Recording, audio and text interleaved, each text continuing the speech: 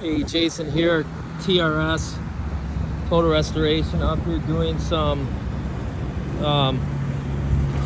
inspection on a commercial roof and looking at some maintenance situations.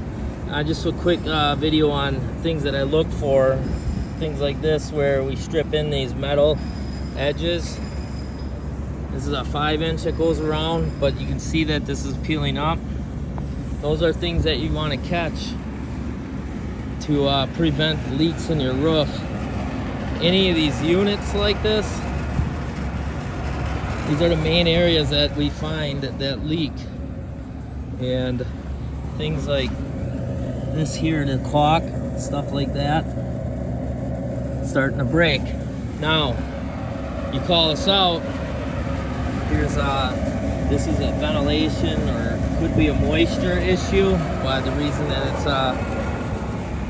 delaminating like that or lifting. These are things that, you know, with some maintenance that we can catch and prolong that roof. So stuff like this right here.